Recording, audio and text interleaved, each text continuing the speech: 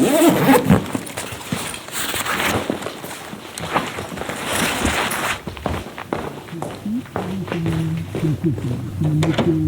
stormtrooper sounds like a stormtrooper, and every Kylo Ren sounds like Kylo Ren. They use pre-recorded sequences. They don't use the actor's voice. And they do a really good job of not making you realize that essentially those characters are almost like puppeteers for themselves.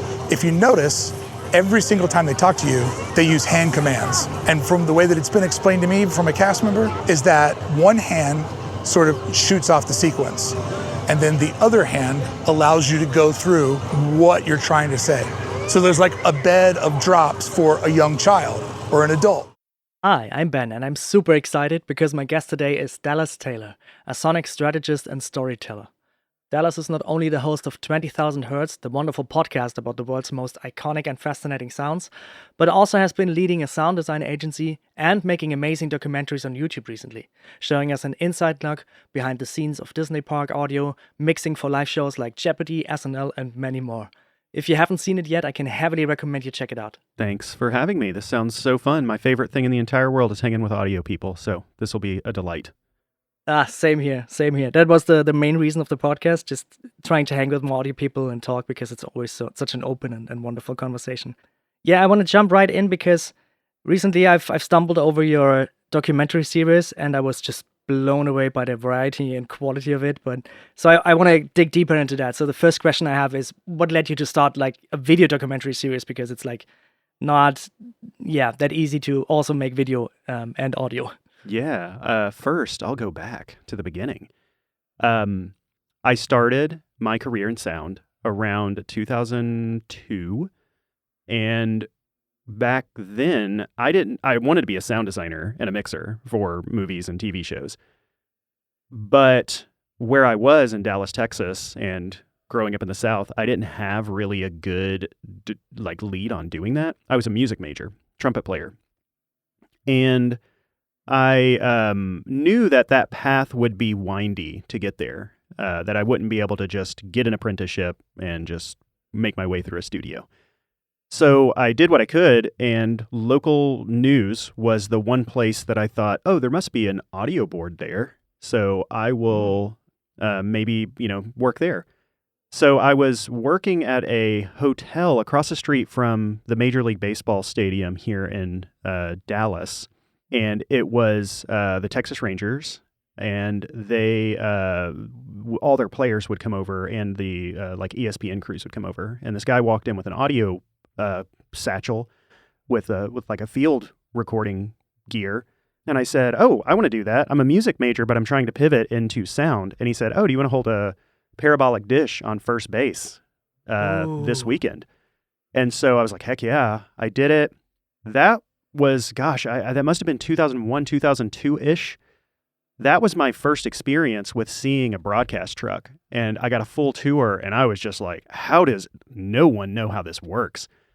And from that moment, I was always so intimidated by the broadcast mixers because there's so many cables, there's so much at stake, there's so much setup, and these are like grizzled dudes that are like super know what they're doing. And I'm like a, clean-faced, little, college student.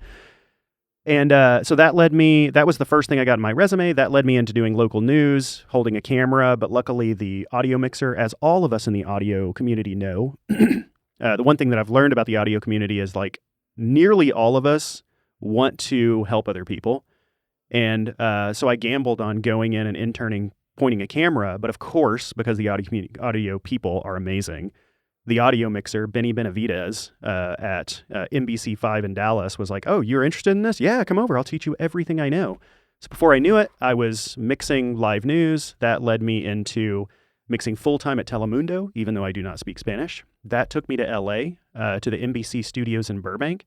That led me, and this was all doing live, that led me to Fox, mixing live TV news, sports, and entertainment. So I started my entire career in this like live broadcast world before I had a graphics person vouch for me for post-production audio at G4, the old video game network. and started doing post there, and that was it. So then from that point, it was just post. And then I went and got a senior sound designer job at the Discovery Channel on the East Coast.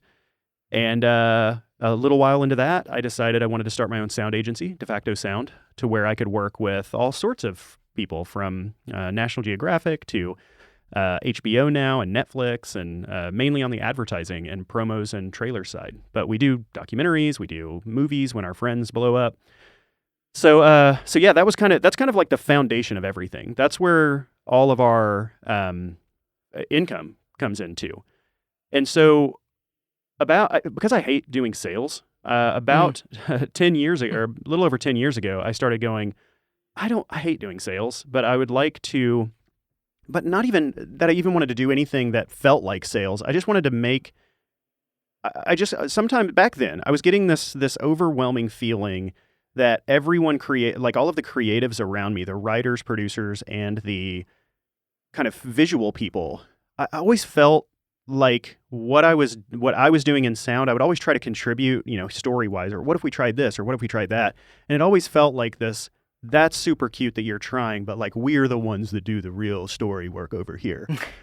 And I hated that. And I just felt like there was just culturally in my own industry, a lack of understanding of how sound even affects us as humans. So I wanted to change that by doing super highly stylized documentaries about sound in audio only. And then that was the birth of 20,000 Hertz, the podcast. So we could certainly zoom into any part of that. But over the years, the reason that I got into, finally kind of get to your question, the reason that I went into the visual side is that I feel really proud about what 20,000 Hertz has been able to do. It's, it's not This American Life. It's not that size, but for what it is, it's a very substantially, big audience podcast that supports itself financially through advertising. But over the years, like my mission has always been to get normal people into sound, kind of like Anthony Bourdain or Julia Child did with food. So to really position sound as something that anyone can be like, that's super cool. So if you look over the history, every story, every beat, and even kind of going into the video, it's all with the angle of I want sound people to be proud of it and learn from it, but I also just want to invite people into how cool this is. And it all comes from that chip on my shoulder early on about people who just don't realize how impactful sound is in our humanity.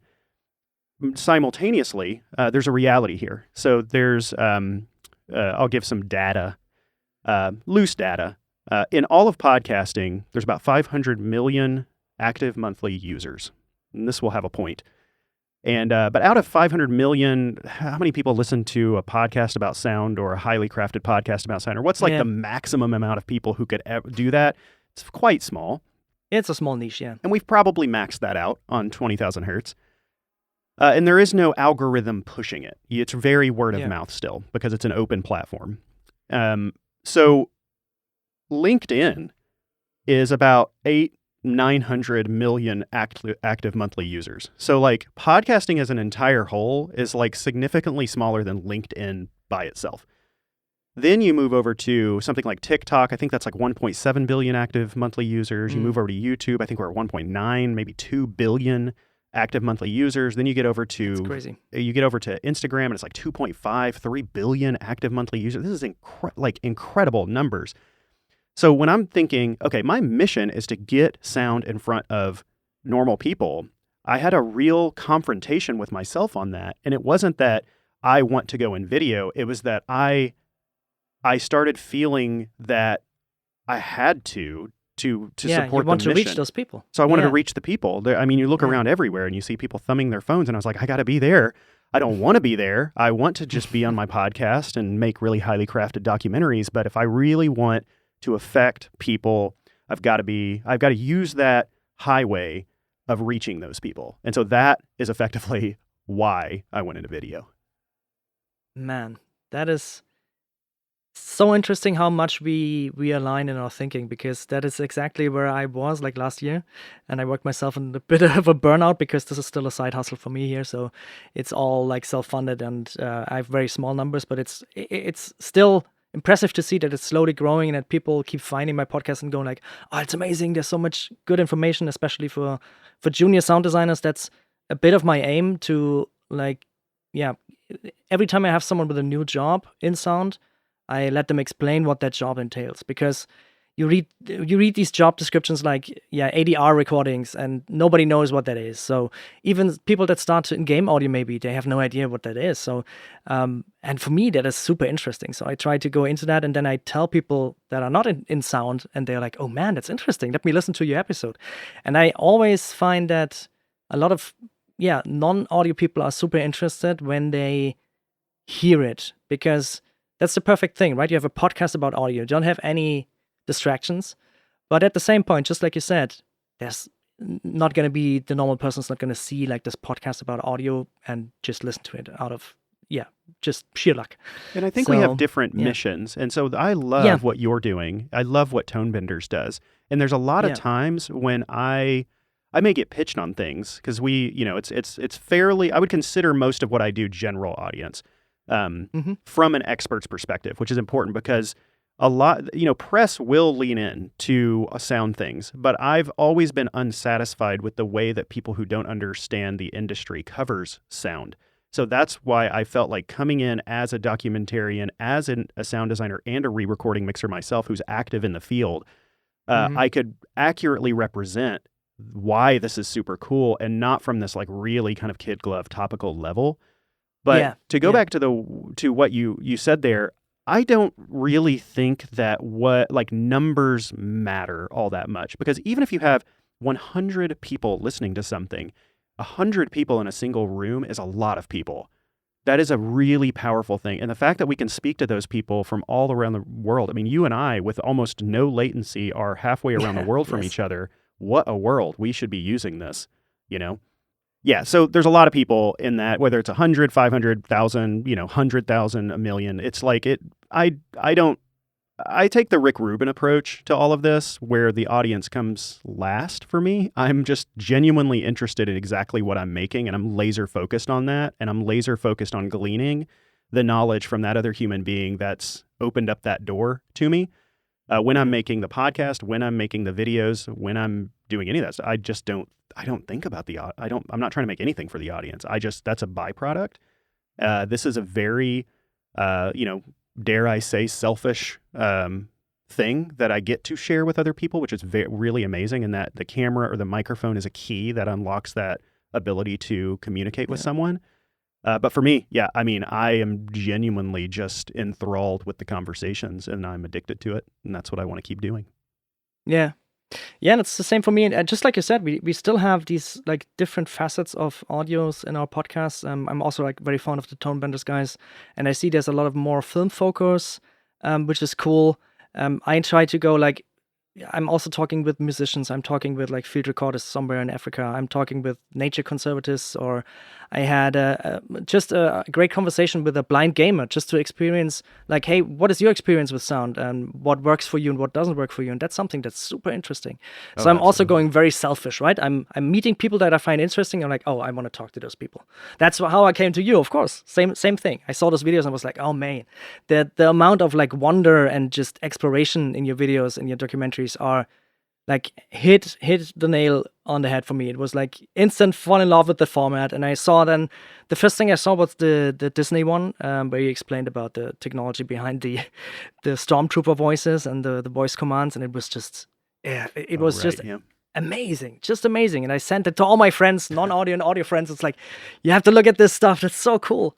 And that brings me to my next question. How do you get into all these wonderful places? I mean, I'm guessing, of course, from your years in the industry and from having friends there, but is it also something where you just ask and then, you get some invitations? Because I feel like that happens to me a lot, that when I just ask, I get a lot of opportunities to just, show the cool technology behind anything, or ideas and stories behind the games and movies. I do agree that, and I do, we talk about this internally. I talk about this with my family. I talk about this with De Facto Sound.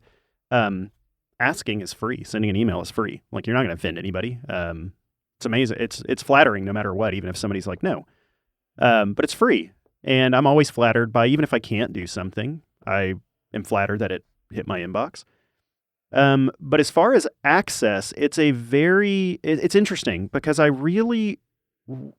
spent a long time thinking about what this would be before I did it. I do, like you said in the intro, in my email signature, it says Sonic Strategist, which is really what I've adapted into. I do like high-level strategic meetings at De Facto Sound. I make sure that those are executed with my audio director, who really is in charge of creative. There are certain times where I'm stepping in, depending. Like we mixed a film, the big theatrical Dolby Atmos mixed film over the summer, and I came in on the final mix on the dub stage and guiding pieces of that along the way. But I really want to give that agency to the team and not necessarily like swoop in and be the last guy. So a lot of the people are really owning everything at De Facto.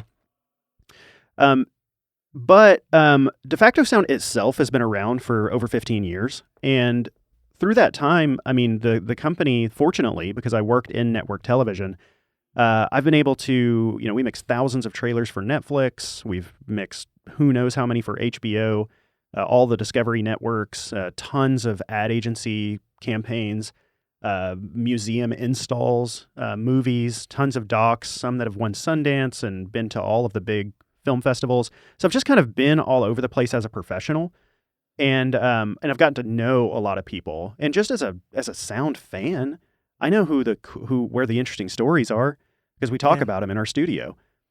So that was piece number one, as being a studio owner that I believe that people respect, because it's hard to run a studio, and I've been running it for 15 years with employees. So that's kind of, it's like anybody who even just like runs a business, I'm just like, whoa, yes, good for you. So that's that. We have a billion NDAs under that. The second piece of that was really 20,000 Hertz. I don't think had just piece number one, just the De Facto Sound side, and I just immediately went to YouTube.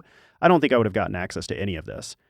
The piece was 20,000 Hertz. 20,000 Hertz, I've done all kinds of profiles with people at Skywalker and people around the world, and just every amazing audio story I can possibly think of. We've told, 240 highly crafted documentaries about the most interesting aspects of sound that I can find in the world. Every episode takes 200 plus, sometimes 300, sometimes more hours of just time, because it's scripted, it's pre-produced, it's, we got to find them, we got to send them mics. I mean, it's an enormous effort to make that podcast. So through that, I've worked with Disney Imagineering. I've worked with Skywalker people. I've worked with all the, they're aware of it, and a lot of people listen to it. And podcast is amazing for intimacy and just, I don't know, it's just like podcast is like such a valuable, such a beautiful medium when you're just like receiving and feeling emotions through your ears, that I think that it just built so much trust with anyone who knows the 20,000 Hertz name.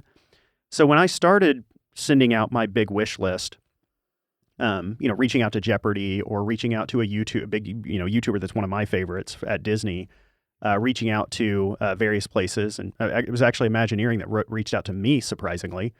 Oh, that's fun. But really, it was, I'm Dallas, and I'm the host of 20,000 Hertz. I think that was it, because there's so much respect on that side that I could see when people would forward it, it would be like, yo, this is the host of 20,000 Hertz, but he's doing video now. There's nothing out there, but like, he's legit. Let's do something. So it was all the podcast. Nice. Just that trust of just 10 years of just win-win, wholesome, never throwing anyone under the bus. It's like, a rising tide rises, builds all, raises all ships type of podcast. And it's just good, happy. I mean, there's heavy things, but like, I'm really just trying to like shine a spotlight on this industry from the outside. And not only that, is show even the industry itself how many flavors there are of the sound world, which is just incredible. Because I started it thinking, I'm just going to cover TV and film. I'm in it now, and I'm like, there's like a billion different directions you can go in sound. Absolutely. That's also like, I came from the idea of, I want to show people how even in the indie game space or in the AA space, how people are like very, very creative because they are just passionate about a project. So they go out and do custom recordings and build like machines and stuff like that. For example, I had Glenn on the show who did the creature voices for Baldur's Gate 3 for a couple of them. And he built like this massive sculpture that's as big as a car that can, it's an artificial larynx that you can like set to a lion or something else, and then you can send sound through it. It's mind-blowing. And that's the kinds of things where I'm like, amazing. That's the things I hear about because I'm more in the game audio world, but I'm also then branching out, and then I'm finding by chance someone who does like recreation of Shakespearean times, and they scan like the old ruins of places and then make the soundscape mostly for museums or for projects, but also like consult on films, right? How did it sound back then? What do you need? What kind of instruments do we need? What kind of songs did they sing? And there's so much in the audio world, and it has spread out for me as well. Like I'm going into the third year now. When this episode comes out, it's going to be almost the third year, so Wow. almost the birthday. And that's the same for me. Like learning how many different facets there are is crazy. It's just super, super interesting. And like for me, it's the same. Like I was thinking about video content, but to be honest, I cannot like fathom to do it right now because I have less money for the podcast for now, and of course less time with like family and jobs and lots of projects. But whenever this grows big enough, that would also be for me the logical next step, right? There's a lot of history here in Germany. There's a lot of like old theaters with like machines that make thunder and stuff like that per hands, which I'd like to explore and visit. But that brings me to producing videos. So what I want to ask you, when you started with the video, I mean, you were already in that kind of world, but still, it's always more work than you think. So did you expect it to be a lot, or was it like running smoothly from the beginning? Was it like, oh, I have my workflow, I know what I'm doing, and it's just going to be, smooth sailing? It's still, this workflow is still smoothing itself out even now. And so I'm 8 months in at this point. I'm a big planner. I mean, I just strategize. I think for long periods of time, and I think of every angle before I do something. And the same thing happened here. I mean, I feel very exposed. I don't want a camera pointing. I don't want to be a vlogger. I do not want to I'd be out in public pointing a camera at myself. It feels very awkward. Oh yeah, it does. But discomfort, that's how you level yourself and is through discomfort. So I lean into it. The Obstacle is the Way. Great book. And with this, there was a YouTuber that I love watching. His name is Peter Santinello. And if you see what he's doing, you'll go, oh, that you can see that I basically, that is where it clicked for me that I could do it. Because he holds a GoPro on a stick, and he goes into all corners of the world and just meets people.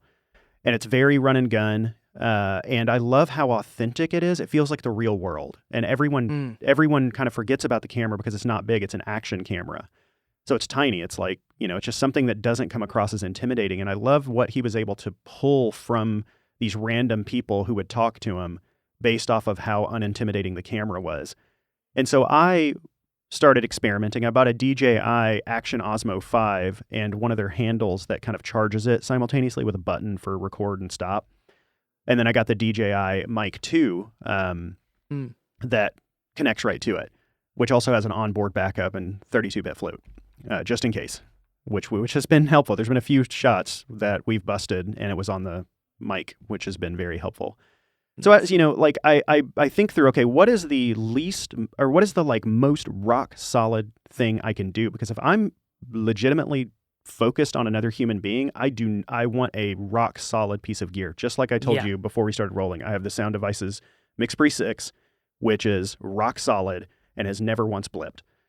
I wanted the same thing in a camera setup because I can't be thinking about it. I also needed a very wide angle for a few reasons. I needed to be able to reframe shots because I'm not looking through the monitor.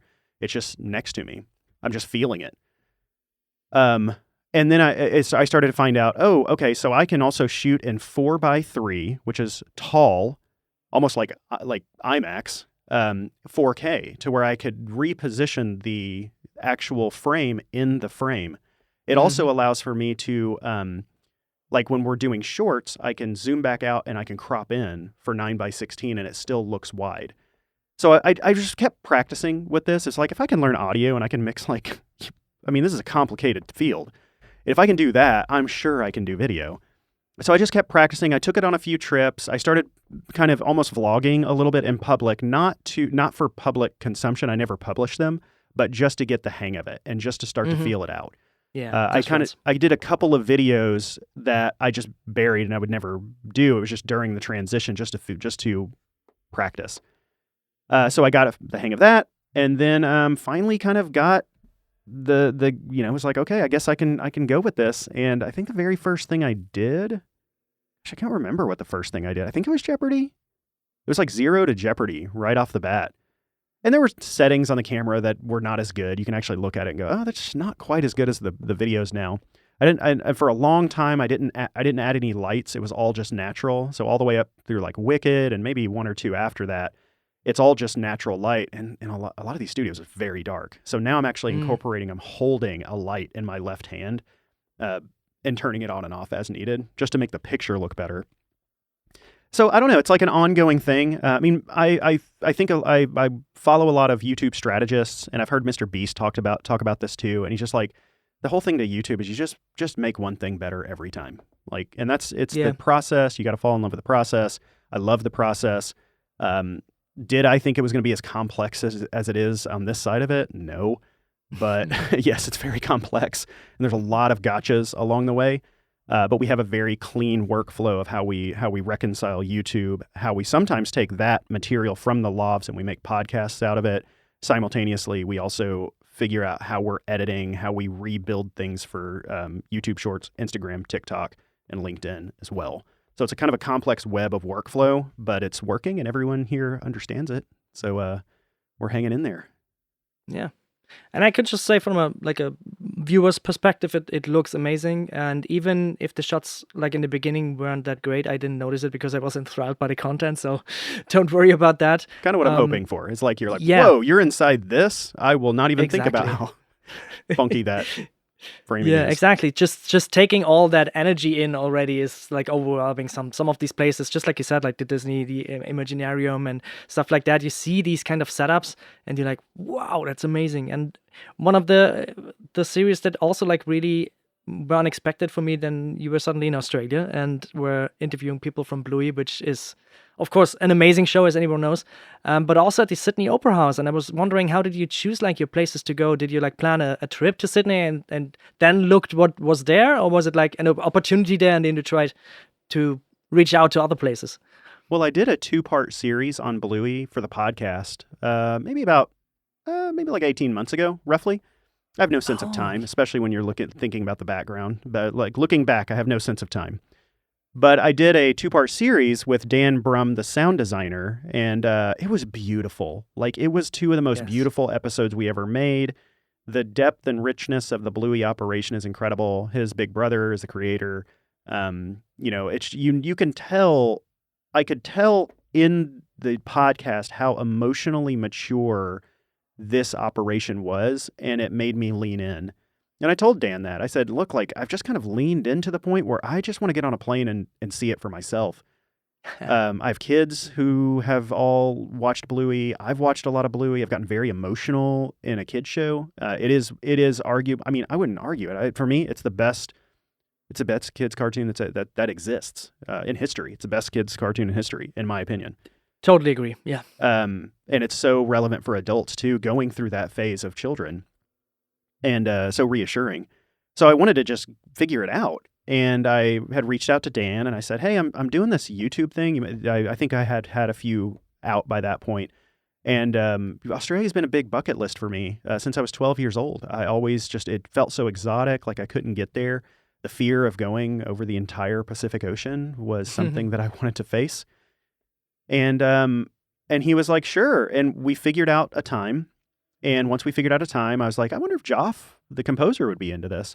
So I wrote Joff, and as luck would have it, Joff's kind of producer wrote back and was like, oh my goodness, I love your podcast. Yes, we'll do this. So they already knew about it. And then while I was there, I couldn't, and this is in Brisbane, by the way, which is North Australia, northern on the eastern side of Australia coast. And while I was there, I was like, I can't not go to Sydney if I'm here. So if I get an excuse to go to Sydney, I'll go to Sydney. And I reached out to the Opera House and said, hey, here's what I do. You know, I do this podcast. I also am now doing these YouTube videos. Would you be interested in an acoustics walkthrough tour? Because I know that they just did a $300 million renovation and acoustics was part of it. So they wrote back within like a day and they're like, yes, absolutely. I was like, wow, that's amazing. weird. And they're like, what do you want? Do you want do you want this? Do you want that? Like, do you want nobody in the hall? Like, and I was just like, how am I getting, like, how is the Sydney Opera House people immediately giving me everything I want? And I asked them because we were like 10 emails deep or something. We were well into it. And I just asked them, why is this so easy? Like, you're the Sydney Opera House. And they said, oh, because one of the people here who's a significant part of the Sydney Opera House loves your podcast. And he's the one who's coordinating this. And then turns out the person who led me on camera, J.K. Power, is that person who loved the podcast. So every time we had to stop recording, we'd sit in a corner and just talk about podcast episodes. It was so great. So yeah, it was amazing. Again, the podcast. So podcast for Bluey, podcast for the Sydney Opera House. And if there's any listeners in Australia, I want to come back. Melbourne, give me some reasons. I want to come back down. I loved it in Australia. Wonderful. Yeah, and it was such a wonderful tour through the opera. I was also amazed like how much access you got and with how much like detail and care he like showed you around and answered you everything and showed you everything. It was the core openness of audio people, because that's my experience so far with like everyone. Mm-hmm. My first moment like this was when I wrote Mark Mangini, because I was such a fan of the Dune movie in the cinema. It just blew me away from a sound perspective. And of course, all his work before then, it was like, oh, he's like my like big idol back then. And he brought me also back in like a few hours. It was apparently a good time from a time zone perspective. I had the same Mark Mangini experience. It was just like, hey, Mark, would you be interested in this? And he's like, yes. And I'm like, and I've just come to realize, especially if you're 3 years in, you've also come to realize you just really shouldn't have any fear writing anybody. Everyone, I don't know, like this industry is really interesting because we're kind of weirdly pitted against each other by these giant corporations and we're all competing for jobs, but we all have this internal humanity where we feel that we all realize how hard it is and we all kind of inherently realize how competitive it is, but we just treat each other with such kindness, respect, lifting each other up. I would go as far as to say you just simply can't survive in the audio community without being a very good person. And that has worked into my favor. Yeah. Like I literally, of everything I do, I just know that whatever cold email I send, there's a cool audio community member on the other side of it. And they're like, yeah, let's do this. So I don't know. I just have so much faith that everyone is cool in this industry that I'm just not even intimidated by writing literally any hero that I can think of. Yeah. I'm never imitated because I like asking nice, as you said, is free and it's not like bothering anyone. But I've never expected it to be like 99% yeses so far. Yeah. And like the others were just scheduling issues. So that was something that overwhelmed me. And I think that what you said, we had this on the podcast before, and also every time I talk with audio people, we all feel this kind of energy and we all want to hold on to that. That's why I'm guessing that people that don't behave get pushed out very quickly, because we all want to keep it like it is now. That's like it's a paradise, this community. It is. And I also think like my theory so far is that if you're working on massive projects, but you're not in front of the camera, you're not like well known, because people might even know the director, they might know a writer, but they will probably not know the sound person. So I'm guessing because of that you have that hard work, but you're also not in the spotlight. And you don't want to be in the spotlight. You want to be quiet, because otherwise you ruin the recording. So I'm guessing that kind of combination fosters this kind of humanity. I'm guessing, but yeah, that's just my theory so far. And and I want to roll back a bit, because you mentioned when I've asked my first question that you were doing more with music and then pivoted to sound. And I've heard that a lot, and I wanted to know what was your kind of first moment when you fell in love with sound, not with music, but with sound specifically. Yeah, it was when I picked up a trumpet when I was 12 years old, and suddenly, I mean, it was just a natural talent. I was not good at anything, um, and I picked up a trumpet in band, and I made all of my best friends, my community. I got really good at it. It gave me attention for the first time. I could give other people feelings. I could see adults were proud of me. And I do remember, interestingly, something that really has looped back in my life more recently is I remember taking a test. I may have been like 6, 7, 8 years old. It was very early in my life. I remember taking a test at school where they were trying to determine, are you a visual learner? Are you like a reader? Are you, various styles of learning. And I remember specifically them going, Dallas, you are an aural learner. You listen, you learn through your ears. And even to this day, while I can certainly read, I do not prefer it with my eyes. I have listened to countless audiobooks. I literally host a podcast. I've literally listened to a ton of podcasts. I have deep feelings over sounds, whether that be a Mahler symphony or a soundtrack like, Mad Max or something. So it's like I'm just very, very deeply, I don't know, just in tune with my sense of hearing, and it's just a natural thing for me. So yeah, it was all band really that got me into it. And then really what took away band and orchestral playing, because I was a fairly good trumpet player, and I wanted to be either a trumpet player in the Chicago Symphony or the conductor of the Chicago Symphony. But 3 years into my schooling, after tons of performances, I suddenly hit a wall of performance anxiety and started having panic attacks in performances. And I was like, I do not like this anymore. I do not want my body to betray me in these worlds anymore. And so that was really the catalyst of going from playing the trumpet to like classical direction, to taking all of that ear training and all of that listening and pivoting all of that into sound. I mean, I wouldn't even be the sound designer mixer I am without all of those years of kind of symphonic training. And I literally am looking at a board right in front of me. And I am conducting with this board. Like anytime I'm mixing something, it is the same skills as what a conductor would do, except for you don't have to actually like get other people to do it. You just make it yourself. It's great. That's nice. Yeah, I always hear that there's so much comparison, and I always was in love with music, and I also like wanted to do some music, so that's where I came into this kind of industry. But the kind of universalities, because I take a lot from my main profession, which was for many years. I was mainly a programmer, and I've done backend, I've done front end, I've done databases, websites, whatever, apps, and there are so many things that I connect from this job over to the sound job, right?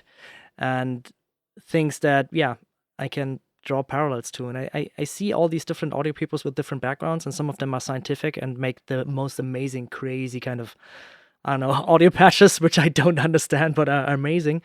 And I just bang on stuff. For me, it's just more, my moniker is recording artist, because I really fell in love with the art of recording it with different microphones, with different techniques, at different times of day, seasons, humidity. It's all super interesting to me. Like, I try to, for every project, I try to record as much as I can, the time allows me, and I always throw most of it away, because I like the art of recording, and I like this moment in time. Like this project, when it comes out, I know that was these years in time, and I'm not gonna reuse all these recordings every year. I like to just, keep it fresh. And that's my kind of thing. And that's what I also always liked about programming, right? You would finish one project and you would do something next, and you would keep the old one behind. You wouldn't reuse code if you're not like a lazy coder. So that's kind of my connection to it. But this conducting thing is something that I've also really enjoyed, because as you probably well aware, that trailer mixing is something that is super important. Like a really, really well mixed trailer is something that can just blow you away. And I've seen on your website that you've mixed the trailer for Skyrim 5, Skyrim Elder Scrolls 5, right? So that was one of the trailers back then where I was like so hyped for this game. I mean, I was already hyped, but the trailer was like sounding so pristine. It was just, I played this, I downloaded it, so I had it in great quality. And then I played it on my home system, like, I don't know, maybe 100 times because I just like the audio so much. Just wanted to say that before I forget. Yeah. And that's these kinds of things where you like, if someone is really putting their heart into it and conveying something, that could also be through mixing. That makes such a difference, and yeah, that connects people. And yeah, I don't know how I came to this point, but yeah. Oh, I love it. Anyway, those were some great trailers. That whole season, I was mixing like all the Fallout DLCs and I think Fallout 4, and then across Bethesda. I remember there was a Wolfenstein trailer that was so good. But we did me and my team did all the sound design in addition to that. And no, it's just like a great season of cool trailers. And so, yeah, that's kind of, exactly right. It's conducting, and it's a lot of nuance. Every single track, every single sound is being, does this speak together? Does it work together? Do we have the right sound, not a bunch of sounds? Stuff like that. Exactly. It must fit. It must, enhance the story or even like extend it. And yeah, when you're really behind that and you get the time and resources to do something like that, then you can see that the end product just shines so much brighter. And and going to those kinds of projects, I want to know from you if you remember what was the first project that you worked on that you felt you were in over your head. Wow. I would say like every time I did one for the first time, I don't know, but I love that feeling. I've always had the internal dialogue of say yes and figure it out later. Always. If someone says, "Can you do this?" Yes, I can do it. Can you mix? Can you go be an A1 on this, show? Yes, I can do it. And then I figure it out. I remember I know exactly when this was. It was when my pivot from broadcast audio to post. Now at home, I had Pro Tools and I was practicing and I was doing short films just like most people are doing and, ripping trailers and re-sound designing them.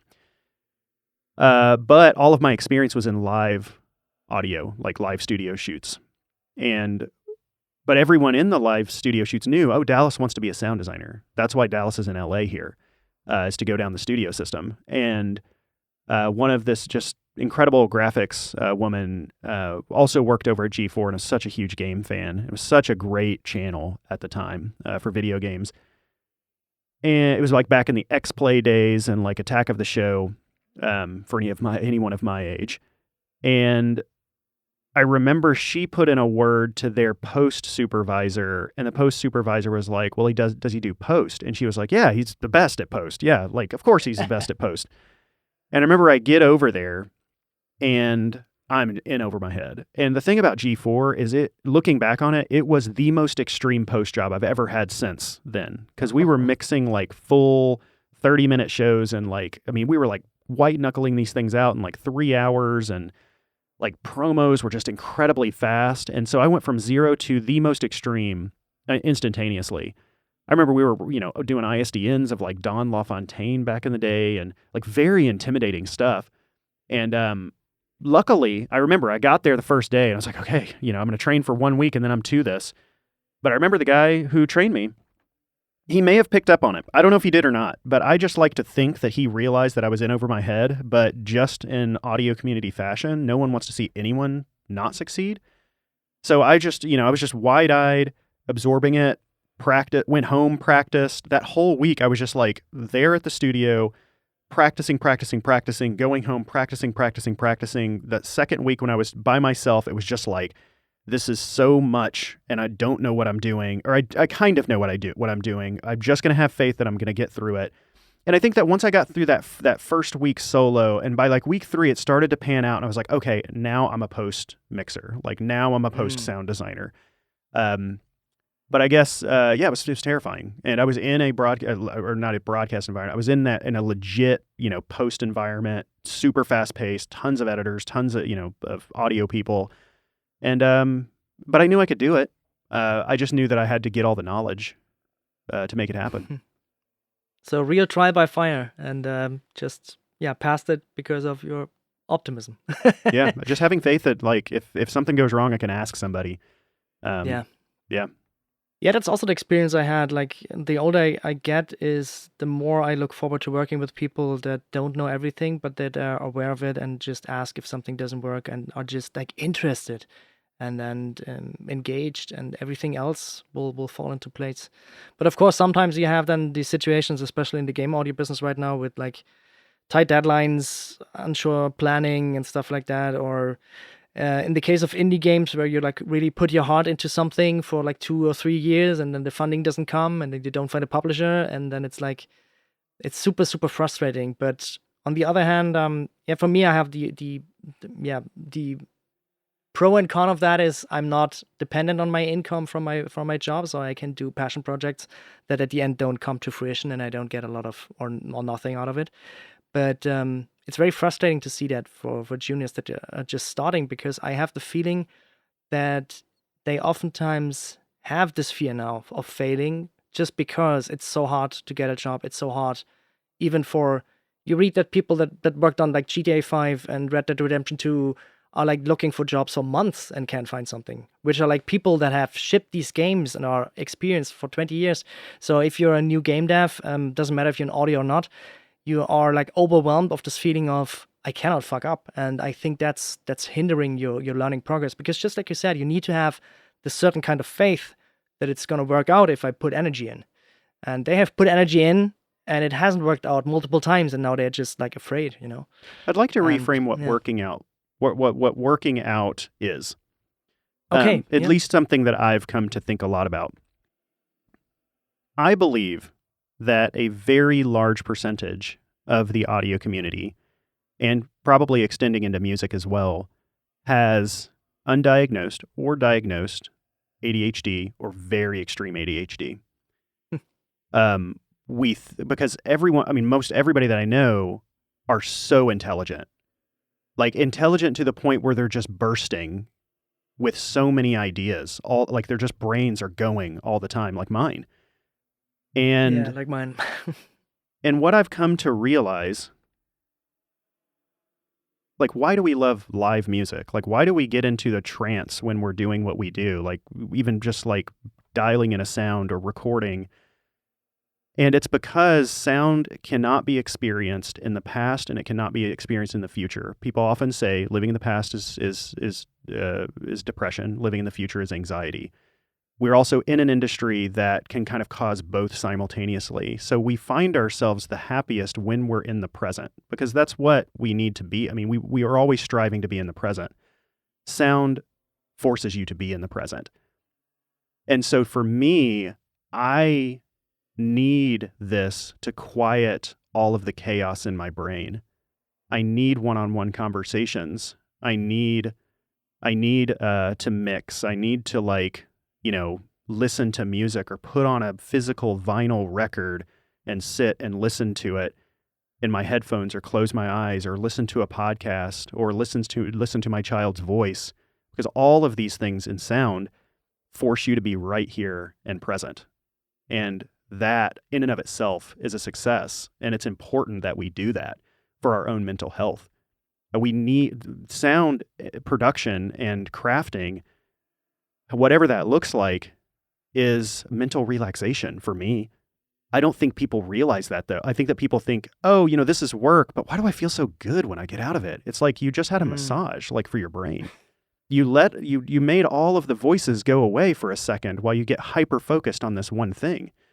And so I believe that many people, yes, there may be a job over here, may not be a job over here, but I just believe that we along with the general public, we need to understand the value that sound brings us right here and keeps us present and keeps us grounded. That is a beautiful way of looking at it. Yeah. I'm gonna try to adopt that hopefulness. But Yeah, you're right. That's exactly what it is. Like when you come out of it, and when you're working in, just like you said, you cannot do anything else. You cannot listen to a podcast while working. The other artists do, visual artists sometimes, right? So you have to really focus on it. You cannot have any distractions at all. And that is pretty much meditation. Yeah. Yeah. So I would encourage people to not make your metric in sound whether or not you get that job that validates you, but make your metric in sound that you need it for your own mental health, whatever it looks like. I always recommend making something. Shameless plug. We have a thing coming up that's called that's like a listener stories series of episodes. Last year, we went through this difficult time, and we were like, we are tight for money.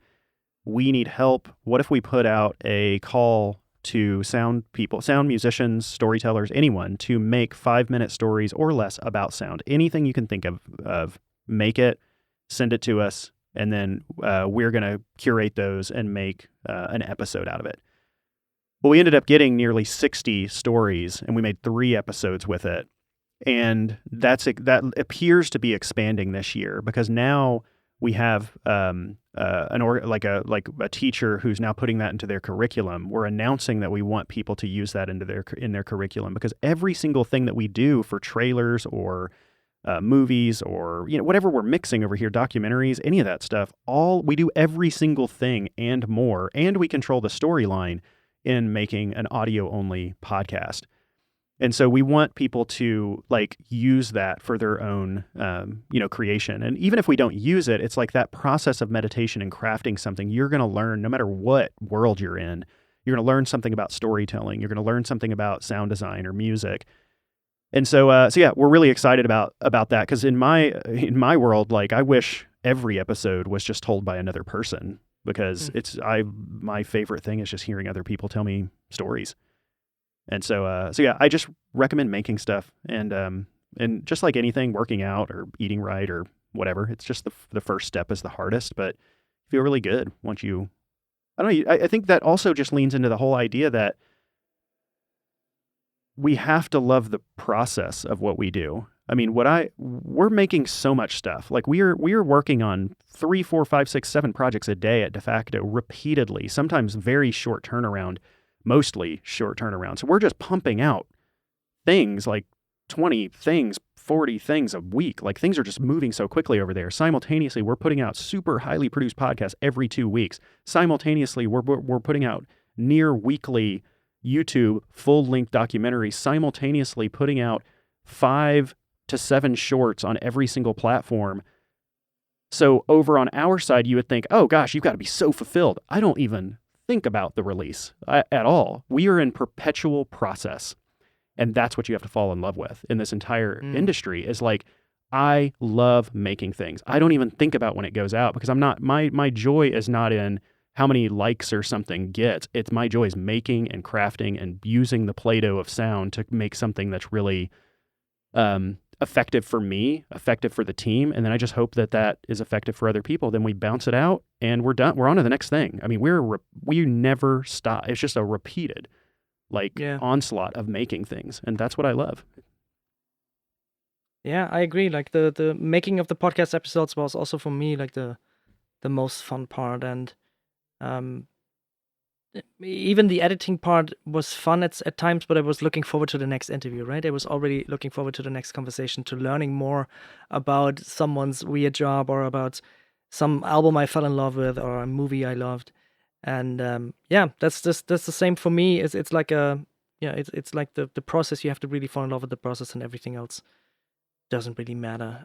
But yeah, on the other side, you've got to balance it financially at some point. So that's the tricky thing. And everything starts small. I of course, everything has just been, it's not like we went from 0 to this. It was just there's ups and downs too. There's times where we are financially bad. There are times when we're financially good. And but yeah, basically right now, De Facto Sound is nearly fully subsidizing the video effort. And luckily 20,000 Hertz itself tends to generate enough in ads that it can run itself. There are times where De Facto Sound has to subsidize that. But if De Facto Sound is not healthy, none of it is healthy, and everything's at risk.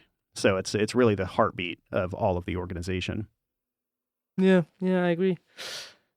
And yeah, before I forget this, because we're already like talking for an hour already, which is it's flown by so fast. But I always ask these questions, and I don't want to forget this question because I'm really interested to hear your answer.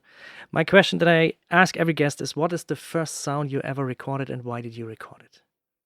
Gosh, I'm gonna have to like dust off some cobwebs here. First sound that I ever recorded. I'm going deep. Please do.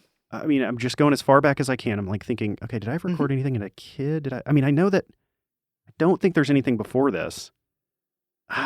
There might be something before this, but I've just lost it at this point in my life. But I'm going to go with the first sound I probably recorded was the radio on a cassette tape. Same like as back in the 80s when I wanted to not have to go to the record store and buy something. And back then it was so annoying because the DJs would talk over the whole first part all the way up until the lyrics started. And then they would start talking after the lyrics stopped because they knew that people were recording it. So I had so many tapes of like my favorite songs with like a DJ talking all the way up to the start of the lyrics. So yeah, it was probably like the Metallica Black, it's probably like Enter Sandman off of the radio. That's what I'm going to go with. Yeah, that's fine. The question is also not asked to be precise. It's more like to invoke something that you haven't thought about in a while. And I have not thought about that in a while. Yeah, so that's the only fun part of it. So love it.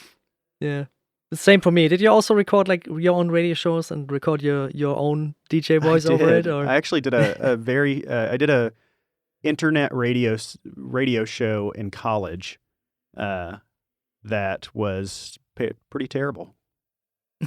Yeah, of course, as every first project is most of the time, if you're not like a genius. Yes. But yeah, I just remember that I not only did like the music and recordings, I also did some kind of audio story with sound. I remember doing like some kind of boos and like kind of ghost noises and rattling of something.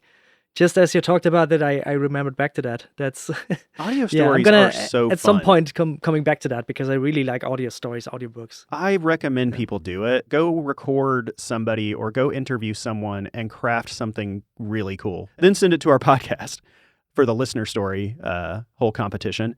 But it's legitimately fun. And I don't think people think to do that. I think they think, okay, I'll make music, I'll, tinker around with sound design, which is all great. But I think, what is a beautiful story about anything that a friend has told you, whether it be some experience that they had or whether it be, I don't know, just a family member or somebody who's getting up there in age. Like, go do an interview and just craft a beautiful sonic thing around it.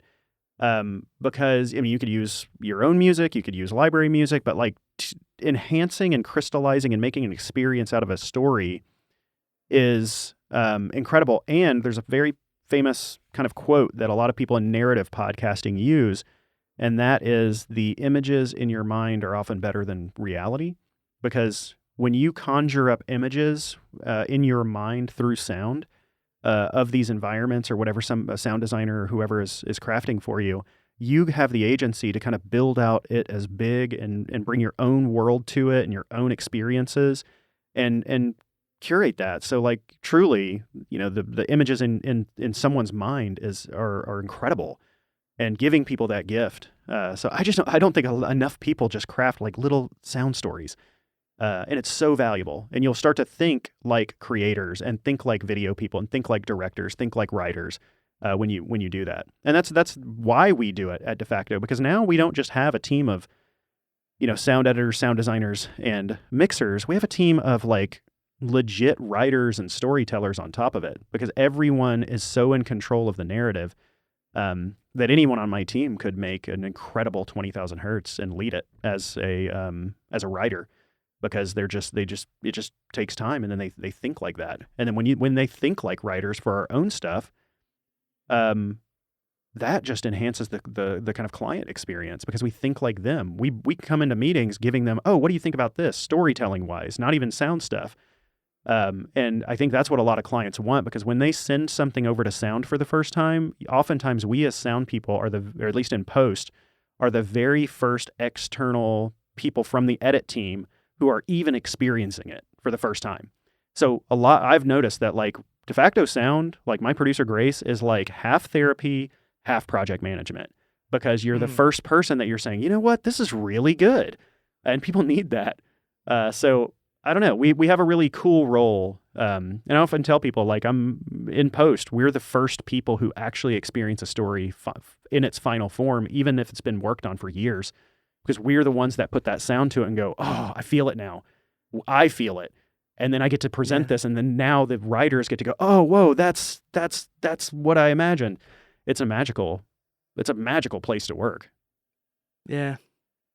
Yeah, that's also something that I really love about like indie games, because you're working so close with the people that are like working on their passion project, and then you get this boost of you're designing a sound for someone who has this empty world in front of him and fills it with stuff, and then the sound comes in, which is such a big part. And most of the people that work with an external sound designer for the first time are just blown away by how much their world comes alive and how much they can like just elevate this thing, and it fuels their imagination, and then it fuels yours, and you can even like I can even like suggest features, and features get implemented in those games because of my thinking and of my connection to the game.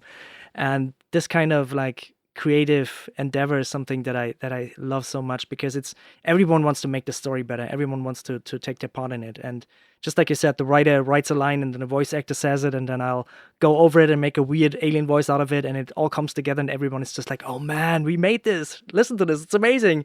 Everyone says everyone did a great job, and it's like, yeah, that's the kind of thing I like. I'm really also into these kinds of audio stories, and one of the best I've heard is I don't know if you know it, Homecoming. Have you heard this? I have not. It's I have like 3 a short kids, series. Unfortunately, but I love short I narrative have the same games. issue. So I'm all about this if this is a short narrative game. No, it's a short narrative audio story. It's just, I think, 5-minute episodes. It's on SoundCloud. It had, I think, David Schwimmer as one of the voice actors. Wait, it's called Homecoming? Homecoming. I'll send you the link later, don't worry. And it's amazing because they have recordings of people talking like over the actual phone speaker, and you have like an aquarium bubbling in the center of the room, which is very loud. So it's very realistic, it's very grounded, and the sound of it is so good. And it was so well done because it broke with all the convention. It's not like just mono dialogue as you have in movies, but it's like very panned, it's sometimes very bad quality, and it's just the writing is excellent as well, and of course the voice acting. And these kinds of things with sound can do so much that you don't even need visuals, but then combining them too is just the best feeling ever. Yeah, I think about like, especially on the video game side, like imagine the first time like the narrator for the Stanley Parable like came over in a file. Like, can you imagine the feeling of, whoa, okay, this is now a real thing? Or maybe, gosh, what do we think? Like Firewatch or something.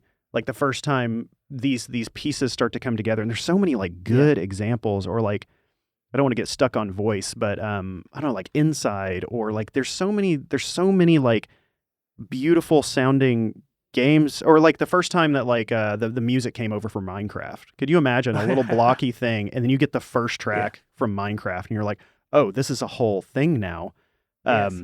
So yeah, we get kind of stuck in the weeds, and we don't have the 40,000 foot view because we're just building every little bit of it.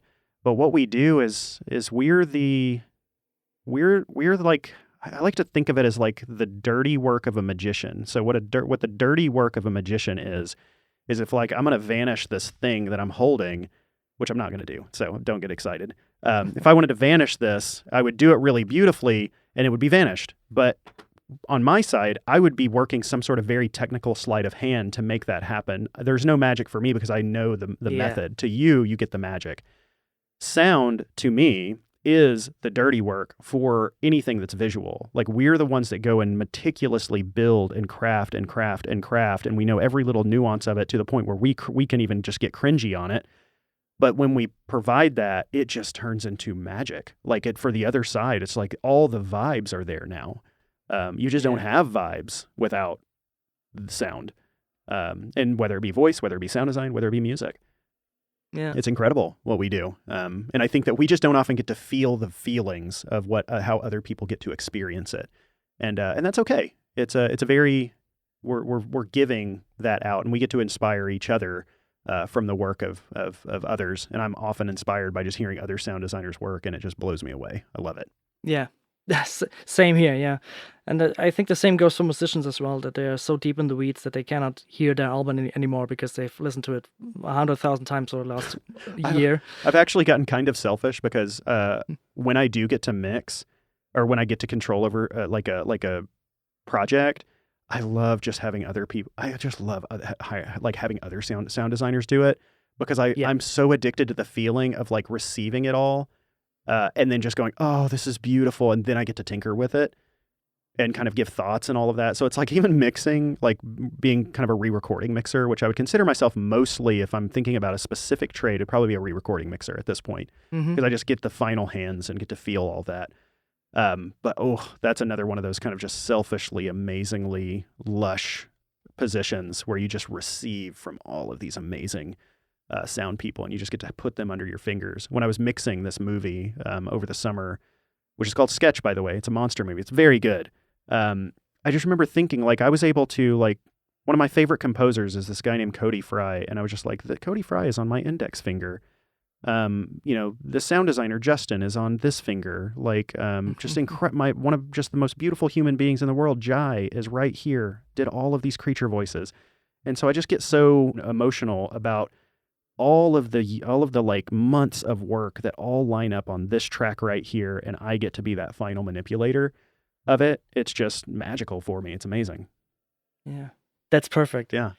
So yeah, then maybe go to Sketch, because I have also on my list. I saw the trailer and I was like, that's a sound designer's dream. You see the trailer, you see the monsters, you see the idea behind the movie, and like 10 seconds in, you're like, oh my God, I wish I had made the sound for this movie. So how did you come to this project in the first place? Yeah, Seth Worley's the director, and he and I have always wanted to work with each other. He and I are very similar in a lot of ways, like bizarro ways. I think we're like the exact same age. We're both like 80s kids. We have the same kind of references for everything. And he works in commercial advertising. I work in commercial advertising. We may have worked on one, or maybe we've crossed paths on that side, but it just never was a deep connection. Maybe we were working with the editor or something. But there's been these little projects along the way, in like kind of like little indie passion projects. Beautiful stuff too. I hope that some of these are revived, whether it be an animation, through a mutual animation company. We were able to do all these like just little beautiful projects. And when it got to the end of this, they were finishing up the editorial. It was like, I don't have that much money, as you would not have in an indie film. But I would love to just send you the movie and you watch it. And I watched the movie and I was like, this is so good. It's so emotionally mature. It's so thoughtful. You think it's one thing and it turns out to be just so much more rich and like from a storytelling depth perception. He is a brilliant writer. And I remember writing him and going like, look, like I can't not do it. I mean, I look for opportunities for things to fall in my lap, and yes, we need to make a living, but I can't not say no to this project. And so that's how I think he's just always been thinking about working with us. And what was really flattering is he's done all this work in advertising, but when he came with his baby, his first feature film, the thing that really meant the most to him, to represent him, coming to me, coming to my team, that a level of trust was just phenomenal. And yeah, we poured every single bit. I don't even want to look at how many hours we put into it, because it doesn't matter. But we just poured so much of our heart and soul into it. It's basically the premise of it is, so Tony Hale, who was in Veep and Arrested Development, is the dad of this family, and they unfortunately lose their mother. And so it's how his daughter and son cope with this. And the son is always trying to fix things. The daughter is taking out her pain by drawing very violent pictures with like crayon and stuff. And then due to a series of mystical events, these creatures come to life in full size. And then they kind of terrorize all of them. And so it's a bunch of creature voices. It's a dream project. And yeah, so we were able to just like sink our teeth into it during a slow time of the year. and we just poured all of our heart and soul into it. And once we finished it in stereo because we were like, we can't afford to do this more than stereo. And once a distributor came along, they wanted to do it in Atmos. They were like, we think we could get it mixed here at Belmont University in Nashville. They have this amazingly huge dub stage. And yeah, so then we did a weekend at Belmont where me and my colleague Jade, she was running the computer. I was in the middle, just kind of running stems and VCAs. And yeah, it was incredible. And I did a whole YouTube video on it. It's one of my favorites. It's not one of the ones with the biggest numbers because it's not a huge IP, but I think it's just called like, what it's like to mix a Dolby theatrical or Dolby Atmos theatrical mix or something. But it's really charming. It's one of my favorites. Yeah. But it's just kind of the final week of a big movie mix, indie movie mix. Nice. Does it have spoilers? Because I have kept it on my list, but didn't want to watch it before I watched the movie. So no, I don't think so. No, I Okay, knew that. I good. mean, for me, I was basically making it in order for people, if they saw it, that they saw my video, they would want to go out and watch it. So there's really not any spoilers. Good to know. It's Then more I'm about the gonna watch process. it. Like Dolby, like Yeah. I've heard Dolby comes in and they have to certify it and all of that. So I filmed that entire process with the Dolby certifier, how they think about Awesome. that. I was really concerned about the room not being calibrated and kind of how we think through that. And Seth, the director, was there, so we got to talk through a lot of stuff. It's a really beautiful. I've never seen anything from a first-person view of this type of a mix. So I really wanted to capture that while I had it. Nice. That is good to know. I'm gonna watch it like tomorrow. It's really good. Awesome. Yeah. And yeah, speaking about all the monster voice and especially that movie, but also maybe you have something else. Maybe that movie was easy. But one question that I always have on my mind is if you have something where it was really hard to nail something down, because I have these moments sometimes where it's like I know what I want, but I can't quite get it, and it takes me a long time. And at some point you find some solution. But do you have something in mind where this was the case for you? Well, I will say that I'm extremely spoiled right now because my job is just to receive incredible screeners from my sound design team who are the ones really toiling over every detail. And I get to just hear it and go, oh, that's sick. Or, oh, have you thought about this? And they go, oh, yeah, let's try that. So I'm just incredibly spoiled in the position that I'm in right now, and I love it. So I'm very much leading a studio, and not even all of it. I'm probably leading like 15% of it because I have an audio director in Colin DeVarney who's incredible. I have just incredible sound design team. So, okay, so wrestling with, do I have it? I feel like I kind of wrestle in all of the things. I mean, I wrestle when there's a lot of eyes or a lot of narrative in an actual project at De Facto. So certainly Sketch was a big one. Where we're second guessing every single decision because it's just so important for one person, and that was Seth Worley, the director. Besides that, I mean, every podcast we toil over, I feel like everything sucks until the last 1%. Like nothing is great until like that final click or that final little breath or beat or like little thing that you do that you go, oh my goodness, it just clicked. And I think we've all been in that experience. So every podcast, every YouTube video, I mean, we still go through 10 review rounds and I'm just like, something's not right. Oh, try this. And then we watch it and we go, oh, that was the thing. Now it all works perfectly. And it's just like everything sucks until it doesn't. And I think every single project is like that.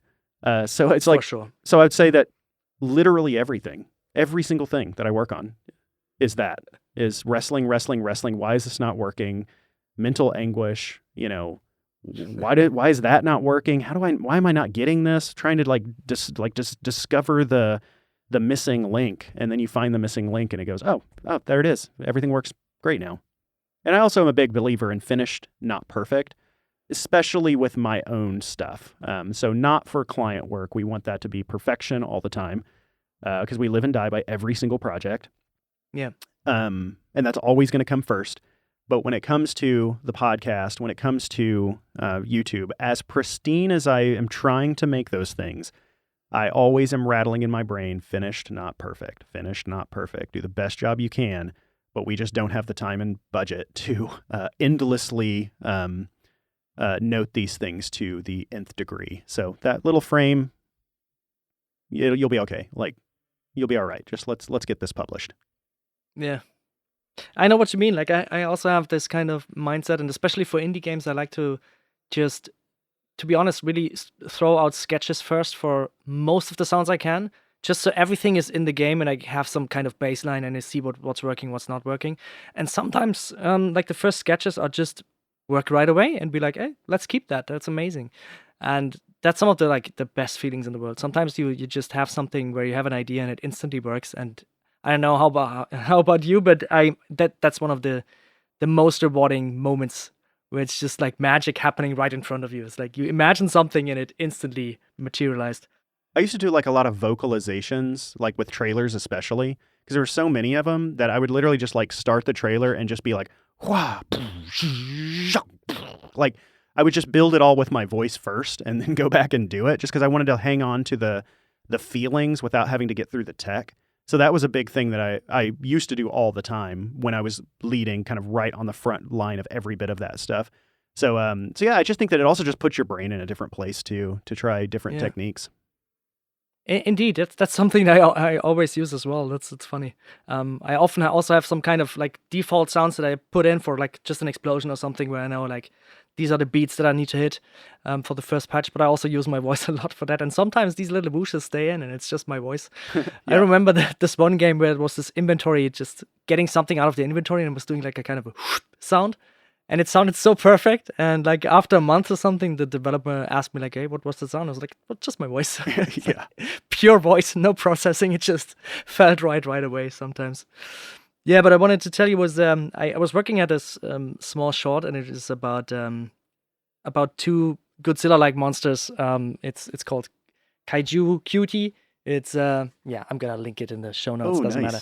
But let me show you. Like, these are two like characters that are big monsters, and the one on the left for you, I don't know, is like a big masculine kind of. It's toxic masculinity as a monster. So the actual creature is like this little piece on top, and the big hulking body is basically just his shield to protect his feelings. And so my idea was like to process my vocals through like a conductive speaker over a sheet of metal. So it's like he's handling steel. He's like just being manly. And the first time I tried it out, it was just perfect. It worked. It had this kind of crunchy sound of the old Godzilla movies. So it was just, the first take. I think I redid like two little grunts, but everything else was just one take. Walking through it, playing through it, recording it, and was like, oh man, that sounds amazing. Just a bit of mixing left. So yeah, these kinds of moments are amazing. Do you have some kind of stories like that where it's just where everything you get, maybe now in your role especially, maybe something you get where it's just the first try is just right? Or is it still a lot of toiling? You know, again, I go back to the spoil thing because I'm just in a different phase of my career where I'm receiving so much and I'm giving so much direction. I almost feel more like a creative director than doing all of the toiling because I've I don't know. It's just amazing just to be able to speak things into existence with great sound designers. To be like, this is what, and a lot of times, like, I don't even do this very often anymore because it's like giving an actor a line read. I don't really do that to my sound designers anymore because I just want to know what they do and I don't even want to like overly direct them. I just want to be like, you just do your thing, bring it to me. Yeah. And I feel like the more I try to direct, the more they're trying to hit my notes versus me just giving them the agency to do what they think is right. And then, 3/4 of the time I hear it and I go, whoa, that's better than I would have said anything. So right now I'm in a phase of my career where I'm really focused on leadership and how can I be the best possible sound leader I can for a high volume organization and giving my team the agency to make decisions on their own. And I've heard different versions of this. I know Denzel Washington said it this way, but there's these 3 phases of a career. There's the at first you learn phase, then there's the then you earn phase, and then there's the then you return phase. And I have realized recently that I'm very much kind of entering the return phase of my career. Can I step in? Can I do, could I hop in and start doing, some creature voices or this or something in something like this? Could I? Yes. Should I? No, because I need to give those opportunities to these other people. So I'm in a place where it's just like there was a period of my life where I was kind of trying to hoard all of the best stuff because I was like, oh, now I run a studio, I can take all of the cool stuff. But that quickly just didn't really feel right to me, especially with the talent that the podcast was attracting. And the people, when you start to have a big voice, you start to magnetically attract some of the most incredible people. I mean, story time.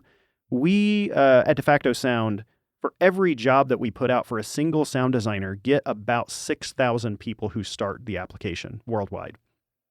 Because it's also a remote job. So like I didn't even want to limit it to somebody who would be in this geographic location. It's very important to me that it's remote because I want to find the people who are the absolute best, who have a circumstance that means that they, maybe want a home life balance. That's very important to me. I think you're going to get the best out of somebody in that circumstance, rather than saying you need to move to Hollywood to do this. Not saying that there's not incredible people in Hollywood. There are. But as the podcast grew, and to give you some kind of perspective on this, I think as of here, we're just shy of 10 years. And in that time, I think we've had something like, I think it's been over 35 million downloads at this point on the podcast. So it's very general audience, but a lot of audio people listen to it, of course. And some people have grown up with it. Like, it's been around for 10 years. So now when I interact with people, like maybe who are in their mid-20s at like a conference, like they're like, I've listened to this podcast since I was like 16 with my parents, and it influenced why I went into sound. And it blows my mind.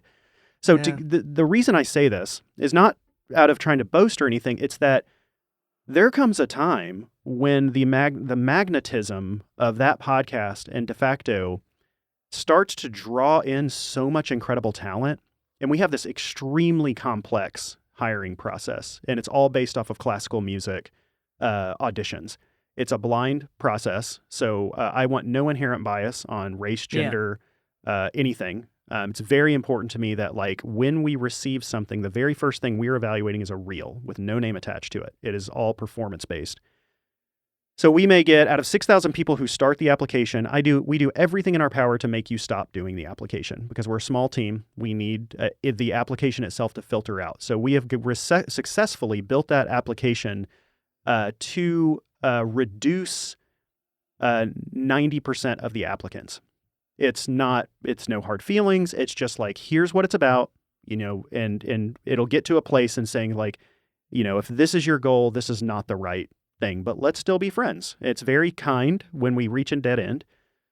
So there's it's almost like you have to kind of get through this tree to be considered. And so luckily at the end of these 6,000 people who started, about 600-700 people now will get through. There were times where 1,000, 1,500 would still get through, and we're like, we can't evaluate that. It's just too much. Yeah. Once we have those 600 to 700 applicants, everything gets built into a spreadsheet, and the only thing that is evaluated by one or a couple of people is just the reels. And we're literally listening to the first 5 to 10 seconds. So if you're building a reel and you don't have time to start a reel with wind and a sweeping shot for 15 seconds before, as a student film, it's never going to work. It needs to be click and in my face, blowing my hair back immediately. Pro tip. And if you do that, you've got that first level of attention.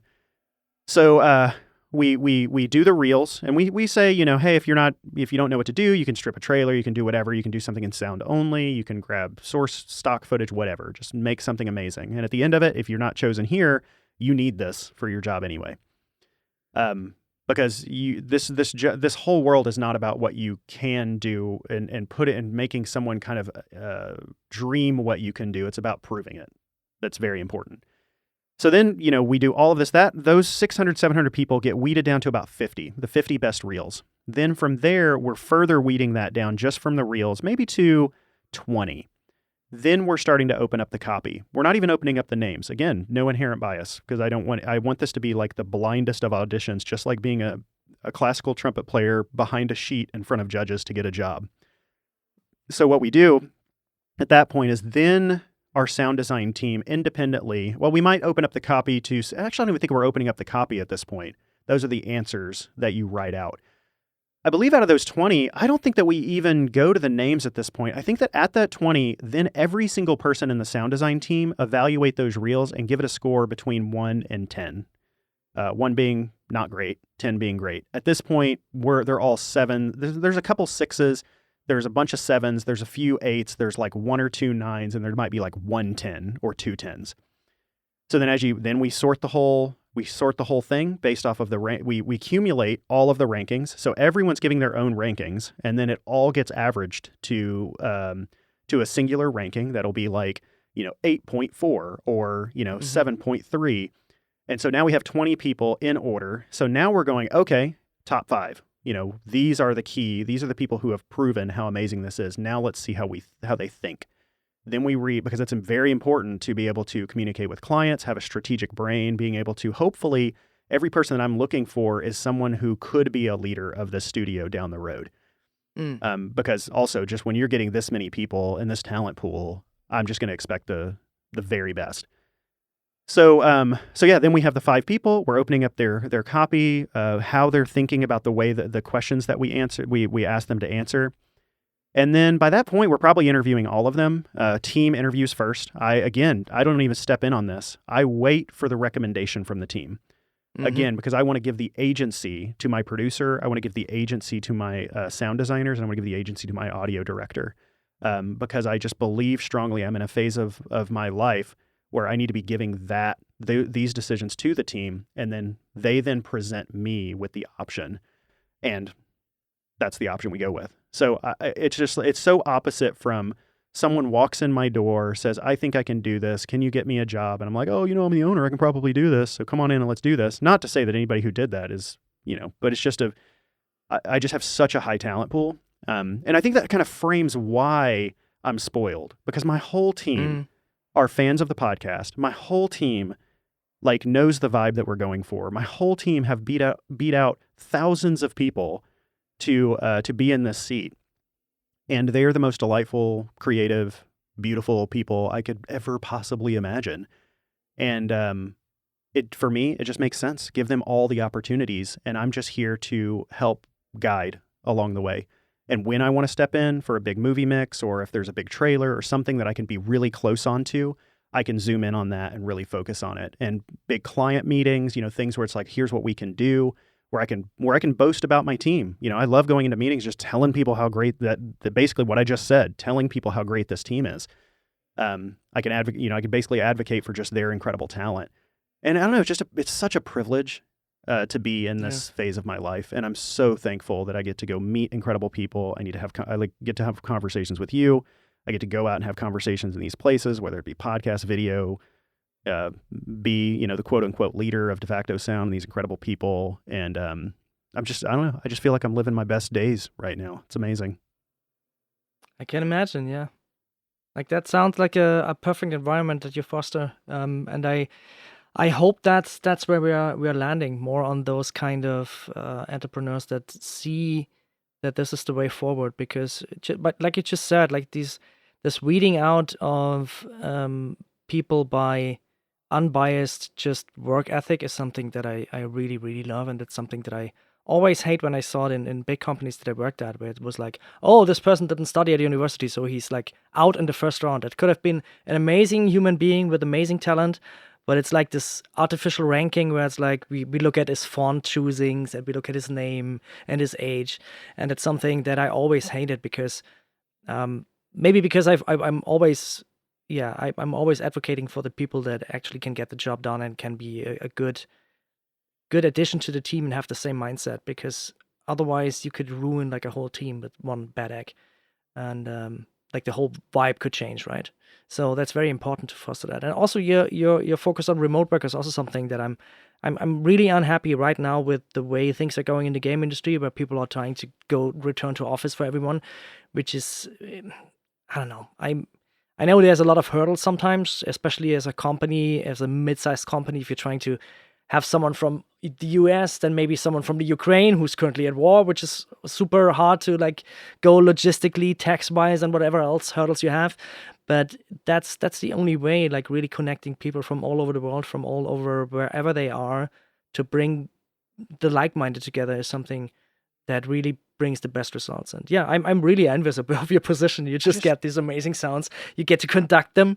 That sounds like a perfect dream job. So maybe in 10 years I'll be at that kind of stage. To harp on the remote thing for one more time, the remote thing. This is not because it's because every single thing I do is in service to the absolute best product. And if I hired a amazing bass player to play on my album, I'm not going to require that bass player to play on a different bass on a different cabinet in a different place that they're not used to, unless that's their vibe. I want, like, I'm looking at your studio right now, and I go, you are inside your instrument. Why would I take you outside of the designed instrument that is an extension of the way that you think out of that environment? Makes no sense to me. And I think that, of course, we have this fascination with blinking lights and like big boards and but I've been in this industry long enough. When I freelanced in this industry for a long time, and there were so many times that I'd walk into multi-million-dollar rooms. I would sit down at this unbelievable board. I would open up Pro Tools, and it's like basic Pro Tools with no plugins, no sound effects, nothing, because it was all in service to like having the clients who sit behind you be impressed by the board. That was not in service to sound. And that's exactly why I started De Facto Sound, is like every single choice is number one, what is best for sound? And hiring and working with people who are remote in their own instrument is best for sound. Not me putting together, we share a lot of the same tools because we have to trade off things. But I want people to be in their most positive environment. I want people to be able to go out with their family. I want people to have the environment they want to be in, and then they go into their little room. All of us have very fast internet. It just doesn't make any sense to me. I can literally, when we had our last physical studio in DC, and when we were there, even though we were only steps away from each other's offices, we would still do video calls because we didn't even want to stand up and walk over there. And so it's just like everything in service to sound. That's the mantra of every single thing that I do. And I don't care how it's been done before. I only care about what is in service of the best possible sound and the best possible mental health for that person who's creating it. That's wonderful. Yeah. And the technology in the recent years has really, it has picked up so much. I mean, in the recent years I say, but I mean like more of like 10, 15 years. I'm old as well, so time flies. But that's maybe also a question I have for you. Do you have anything right now where it's like a new technology or software that was really, really helpful? Because I always like these kind of little tips. Sometimes it's just like something to stream audio perfectly, or it might be a plugin, it might be a microphone, it doesn't matter. But sometimes these little things where it's like, since I had this, my workflow has been smoother, or I don't know. The biggest thing has been like these dialogue isolators, or these like LALAL.ai, or anything that can split sounds from a finalized sound track, or taking music out of dialogue, or even sometimes taking sound effects out of dialogue. And there's a lot of them, and they're kind of spread out, whether it be Adobe or Descript or there's all kinds of plugins, DX Revive.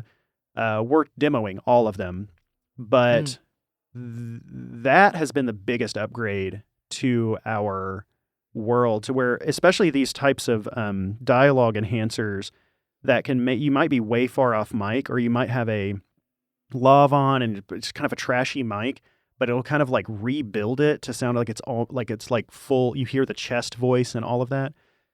That's been the biggest upgrade because we're able to get pristine dialogue very quickly, and pristine dialogue from pretty poor sources. And that really changed probably about a year and a half ago, maybe 2 years.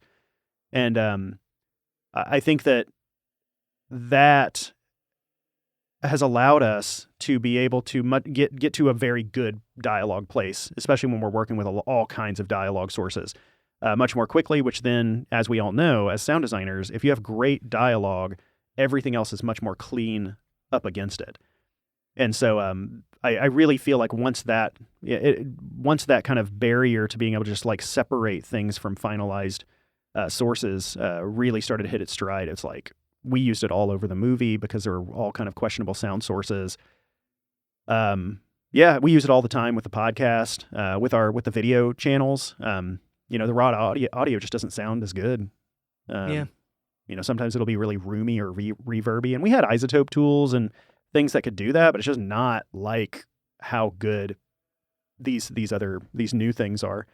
And not one thing maybe works perfectly, excuse me. Not one single plugin is maybe the thing that we do every time. But we just have an arsenal of things that we might try when we're working with troubled dialogue. Yeah. For me, the last thing that was I know I'm late to the game, but last year I was switching my denoise workflow because I wasn't I was using before. I wasn't really getting into it, and I got a friend of mine recommended spectral layers to me, and it was the first time I was using it, like almost like Photoshop, painting out little things. Like the noise reduction is that kind of workflow. Just instantly clicked with me, and I was like, oh, finally. I feel like I finally have a good screwdriver. I've been using this old one that keeps slipping on the screws, messing everything up. And the first time I found it, it was like, oh, that's like just my notch workflow. EQ is like the flathead screwdriver you're trying to work with, but then you get the Phillips head. I don't know what you have in Germany, or if you have a different version of screwdrivers. We have so many. We have the Torx from France. You probably have all the best screwdrivers in Germany. I mean, yeah, we have good tools. I can attest to that. We have really good tools. But then on the other hand, we don't have like we have a lot of things that we cannot legally own, maybe, that I'd like to have. You need to, like, industry sized things are amazing in Germany, but it's not something you will buy for your home, unfortunately. But I like visiting maker spaces, so we have like a lot of cool saws and stuff like that. But yeah, that's something that I can also recommend for people starting out. If you find like you have a tool that everyone says you should use, but you can't really use it, just, let it go and try to find something else. Because I've seen people work with stuff that I did never expect. And it's most often, it's not like the industry leading standard for the task you're going to do probably, or it's maybe something that you haven't thought about. And there are so many stories of your favorite projects. I remember the one from Hotline Miami. I think the first one when it became a hit. I don't know if you remember the game Hotline Miami. Yeah. And the soundtrack, I remember reading something back then that a few of the tracks was mixed by someone, I think maybe 16, 17 years old in his basement with $15 speakers. And I have it on vinyl here. I mean, I know it's been mastered afterwards, but hearing these kinds of sounds back then, I heard it in the game as well. And hearing that kind of like, oh, that's so just satisfying, lo-fi, crunchy, and it sounds just perfect. And having that in this game and realizing it was some dude in a basement with like normal speakers, just achieving that goes to show that it's not really the equipment. And if something doesn't work for you, even if it's super expensive, just, let it go. I mean, my kids are getting into this stuff too. And yeah, I mean, a microphone and Audacity, can get you really far. Your mic on your phone, if you have to, it's like music. I mean, music is just human. You don't need all the stuff to make great music. You can just, you have the world's most beautiful instrument in your throat. And nothing will surpass that incredible, the human voice, which we are like evolved, and our brains are in tune to love the sound of that voice. And it's really just limited by, I feel like most things are really just limited by your own self limitations.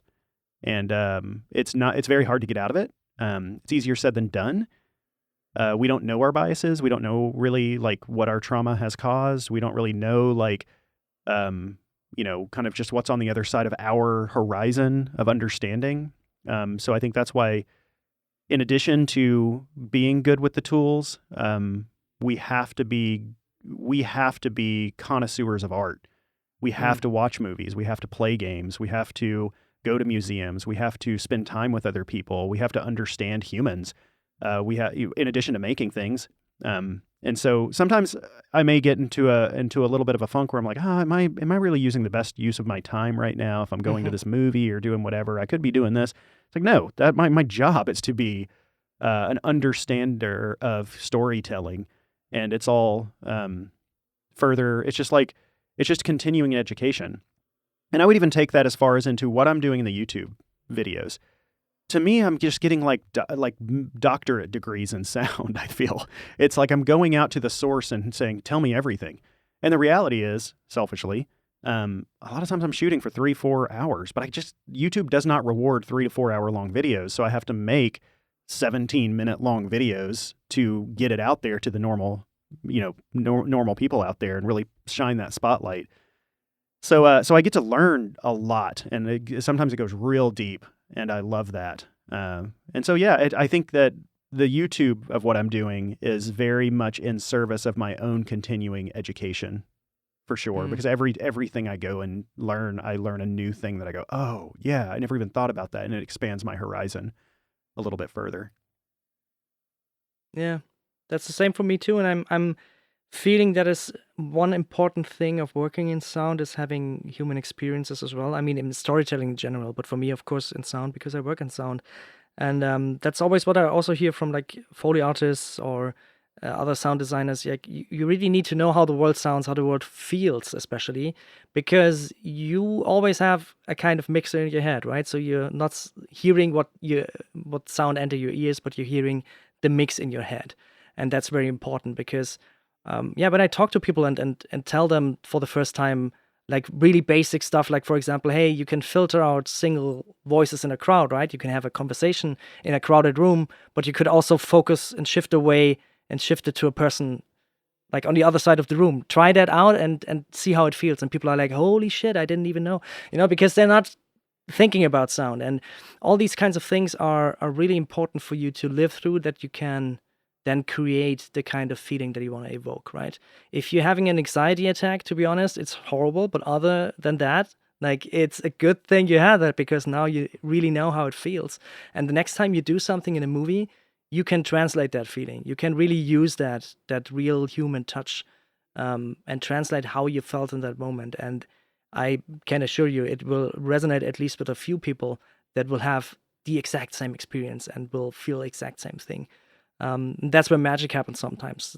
Sometimes you have some sounds or some scenes in a movie, or you have a song that you hear and you think like, that is exactly what I felt, I don't know, 10 years ago when I got my heart broken, or this time when I had this anxiety. And when this hits, then I personally feel so connected to humanity as a whole, like to all the people out there. And I know that there have been so many people working on this project, making this moment that feels just like something I have experienced, the same thing. And it makes me feel less alone, and it makes me proud also to make these kinds of things that hopefully evoke that in someone else. And so that's none of your time is spent recklessly or like in vain, because it's all just human experience, and that's very important. And if you just work, then there's no time for that, and then you're dull, I think. Yeah, I mean, I talk a lot about this to my kids too, of just like the dynamic range of human life. In sound, we have louds, we have quiets, but louds don't exist without quiets. How do you even know what loud is without quiet? How do you know what quiet is without loud? How do you know what dissonance is without harmony?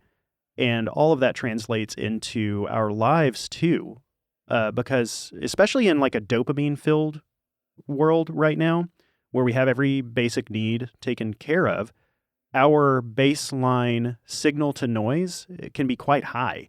Where what I mean by that is like we can be quite comfortable and be absolutely miserable because our quiet or like our down is like really like weirdly calibrated super high because we're so incredibly comfortable.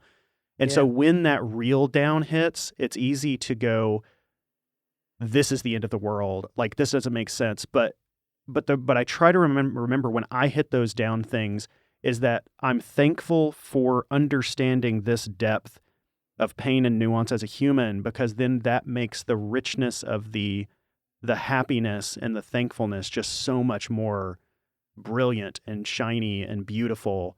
And so it's you just can't know like what happy feels like without deep sadness, or like you can't know what, it's just, you can't know loud without quiet. And it's important. So I want to be thankful for those. It doesn't mean that things are not hard. But we are trying to tell human stories here, whether, in some form, and we have to be able to feel those feelings in order to translate them. Yeah, for sure.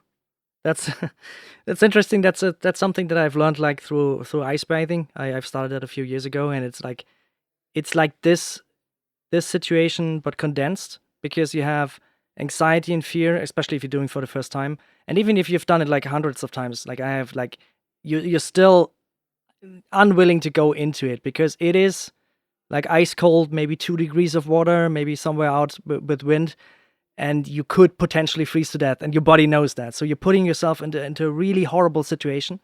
But the feeling that comes afterwards, or even in the ice, when you're like getting to calm down in the face of stress, that brings everything into perspective. And that has learned me a lot in life as well, because now when I have those feelings, I think back to those moments. Sometimes I even then go out and take an ice bath and reset myself, kind of.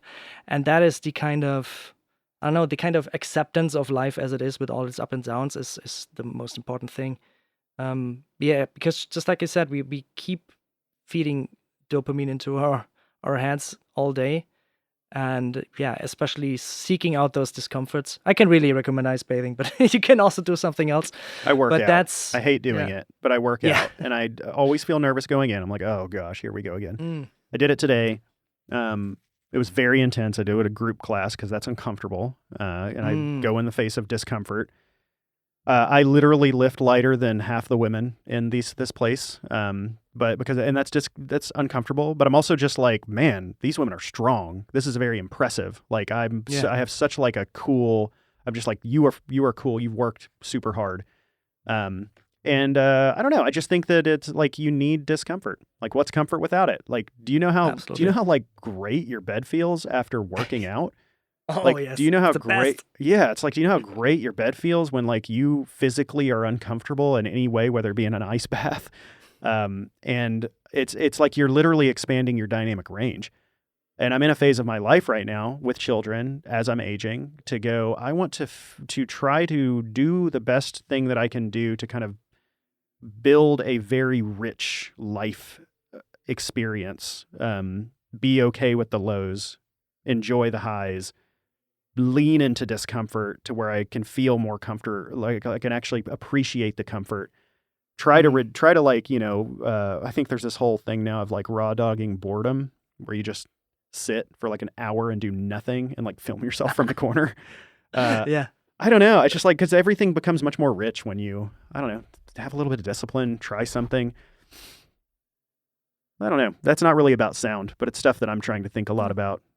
I think just having kids and aging family and difficult family relationships and all of those things, I don't know, it all sucks, but I know it's just part of living. Yeah, absolutely. And like we said, feeling those feelings is important, the highs and the lows. For me, it's working out in the climbing gym, because then I have a puzzle in front of me which I can concentrate on, so my mind is switched off. I'm also engaging my muscles, and I'm also feeling uncomfortable because everyone around me is really good, and I'm this old man trying to at least get up there. And but yeah, like finding these kinds of things and seeking them out especially is really important. And just like you said, of course, it's not about sound, but it doesn't matter. It's about life itself, and yeah, we're just two sound humans talking. That's a great point, because I also want to just lean into what we said before, what we were talking about before, of why I believe we're attracted to sound is because we have noisy brains and it quiets our brain. I also highly recommend doing something physical. If you have that type of a brain, myself and other people in sound where I've seen channel that into some sort of physical activity, because when you're going into an ice bath, when you're in an ice bath, you can't think of anything else. When I'm physically working out and I'm feeling, I'm breathing heavy and I'm feeling my muscles and I can't lift this thing, there is nothing on my mind other than I'm in my body, I'm in this meat bag that's really hurting right now. And it's the same type of physical, like that physical exertion, or just lifting a heavy thing, not to get ripped, but just to lift a heavy thing, reduces my anxiety more than anything. And it scratches that same sound itch in its own way. Because you can't, you can't live in the past or in the future when you're in discomfort. And so there's this great YouTube channel called Yes Theory, and they have they have on their shirt, "Seek discomfort." And I love that saying, because seeking discomfort is like such a rich way to enhance your life. Absolutely. Yeah, I've found them too when I first discovered like the Wim Hof method stuff, where I learned the ice bathing. And I was actually in Poland where they were as well. Amazing, like having that kind of nature around you. And I can also, that's also something that I can recommend because I really fell in love with recording early on. And if you go out hiking, that's already a challenge sometimes. But if you go hiking with like 10 kilograms of gear on your back, that's like a real workout. So yeah, you can work on sound and work out. Totally. Highly recommended for sure. I've got 35 minutes to hop into my happy hour, high five my team. But this was so good. It's so good to meet you. Yeah, thank you again for being on the show. It's such a pleasure to have you. Been a fan love of yours for a long time, and so yeah, thank you for hanging out. It's a pleasure. Anytime, when I saw, sound person, yep, this will go great. This will be fun. There's nothing else I'd rather do on the end of a Friday afternoon than just decompress and hang out and talk philosophy with another sound person. It's great. So thank you for inviting me. Thank you. For the end of this episode, we have an excerpt of the 20,000 Hertz podcast, and specifically an episode about a single line of dialogue in Halo and the story behind it. I really hope you check out the full episode. The link is in the show notes below. It's 2001. Brian Morden and Brian Johnson are on the Microsoft campus, touring the studio of their favorite game developer, Bungie. There, the two friends get to meet their heroes and even play an unreleased version of Halo. So this Make-A-Wish day, it's blowing Brian's biggest expectations out of the water already. Brian got to do everything and meet everyone he wanted, except for one guy. We were getting towards the end of our time there, and Brian asks if Marty O'Donnell's there, our favorite composer. He's the one writing the music we've come to love, and Marty's there. He comes out and he greets us, and he brings us and the family into his studio. And he shows off the music and sound effects of the game. He played us, the famous Halo theme. And he's soloing different instruments and vocals on the mixing board. He's talking about, how he came up with the melody. He played us some new music from the game, and he's kind of excited to answer all of our questions about Halo and past projects and geeking out about music with us. And when it seemed like Brian had run out of questions for Marty goes, "Hey, this game is coming out in a few months, and we need some good screams and exertions for all these Marines in the game." And he pointed to the vocal booth in his studio. And Brian, being Brian, he kind of sheepishly looks at me, expecting me to be the one to go in, as I think he had deemed me the better voice actor. And Brian's shy. He's just always thinking of others. That's the way he was, being inclusive even on his wish day. And Marty reads my mind and reminds him, "Hey, that Brian isn't the one with cancer." So Brian nervously gets in the booth to make his voice acting debut. And we don't know it at the time, but Halo it's an audio masterpiece. The soundtrack, the effects, the VO and tech. When it's released, it would have an unprecedented 40,000 lines of dialogue. It's the first game in 5.1, and Brian's about to be part of it. So he's nervous at first, as anyone would be. And Marty is a pro voice director. He's loosening him up, getting him to laugh. And suddenly Brian is a natural, and he's cutting loose. He's screaming into the microphone. And Marty's like, "That's a good one, Brian. We can use this." And they're screaming back and forth at each other. And I don't know if to this day if Marty planned this, but he gets an idea and he says, "There's a line left that I still haven't recorded for the game. The game's coming out in a couple months." He's like, "The line is, the autumn, she's been hit, and you need to really scream it like you're in disbelief." And Brian does his first take, and he's kind of laughing midway through, trying to become an actor. And then the second take, he does it. "The autumn, she's been hit!" He gets his voice to crack like a pro, and Marty yells, "That's it. You're in the game, Brian. We're using that." Looking for more audio-related podcasts to listen to? We're part of the Audio Podcast Alliance, featuring a hand-picked selection of the very best podcasts about sound. Be sure to hear the latest episodes from our friends in the community at audiopodcast.org. And if you've enjoyed this episode, please consider supporting on patreon.com/fieldandfoley or ko-fi.com/fieldandfoley, where you gain early access to episodes in lossless format and can submit questions for our guests. Thank you for listening.